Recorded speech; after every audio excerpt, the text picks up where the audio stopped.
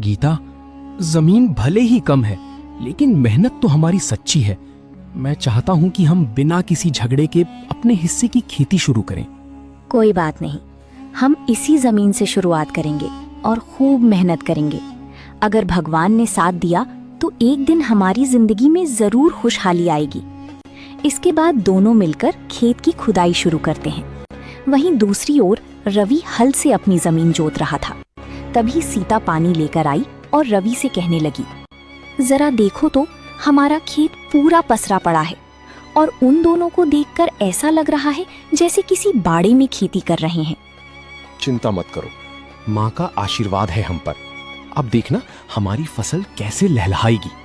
अमन तो बस पढ़ा लिखा किसान है, असली खेती करना उसे आता नहीं। शाम का समय, घर में गीता और अमन थके हुए आते हैं। गीता, आज पूरी जुताई हो गई, कल से बीज डालना शुरू करेंगे। हाँ, हमारा खेत छोटा जरूर है, लेकिन इसमें हमारा पसीना और सच्चाई दोनों बोई जाएगी। दोनों मुस्कुराती हैं, पर आंखों में अब भी थोड़ी चिंता थी।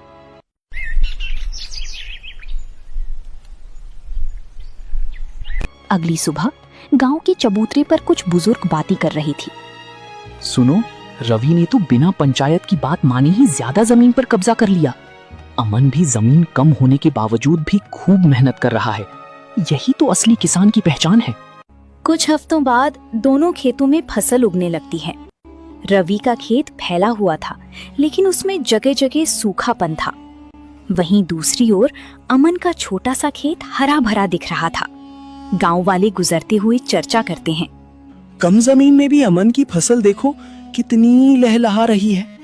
यही होता है सच्ची मेहनत का परिणाम। रवि ने तो काम बैलों से करवाया, लेकिन अमन ने अपने आप खेत की खुदाई की और बीज डाला। रात का समय, हल्की बारिश हो रही थी। अमन और गीता एक दूसरे को देख रहे थे। कभी कभी लगता है कि माँ ने जो किया वो शायद हमारी परीक्षा थी। हाँ, और हम उस परीक्षा में पास होंगे क्योंकि हम सच्चाई के रास्ते पर हैं। सुबह का समय, खेत में हल्की बारिश के बाद की मिट्टी की खुशबू आ रही थी। अमन अपने खेत में खड़ा फसल को निहार रहा था। गीता टिफिन लेकर आती है और फसल को लहराता देख खुश होती है। देखिए ना अमन जी, हमारी छोटी सी खेत की फसल कितनी हरी भरी है। लगता है जैसे धरती मुस्कुरा रही हो। गीता, ये सब तुम्हारे भरोसे और हमारी सच्ची मेहनत का फल है। हम कमजोर नहीं हैं, बस शांत हैं। दूसरी ओर रवि का खेत, जहां सूखी और कीड़ों का प्रकोप था। रवि परेशान चेहरा लिए खेत का निरीक्षण कर रहा था। सीता पास में खड़ी थी। ये क्या हाल हो गया है हमारी फसल का? इतनी बड़ी जमीन और फसल आधी भी नहीं बची। रवि, मुझे लगता है कि हमारी फसल को पानी समय पर नहीं मिला और बीज भी अच्छे नहीं थे। ऊपर से कीट भी लग गया। अब हम क्या करेंगे? वो देखो, अमन की छोटी जमीन में इतनी फसल और हमारे यहाँ सब चौपट। उसी तो बस किस्मत का साथ मिला है। मेहनत करना उसके बस की बात नहीं है।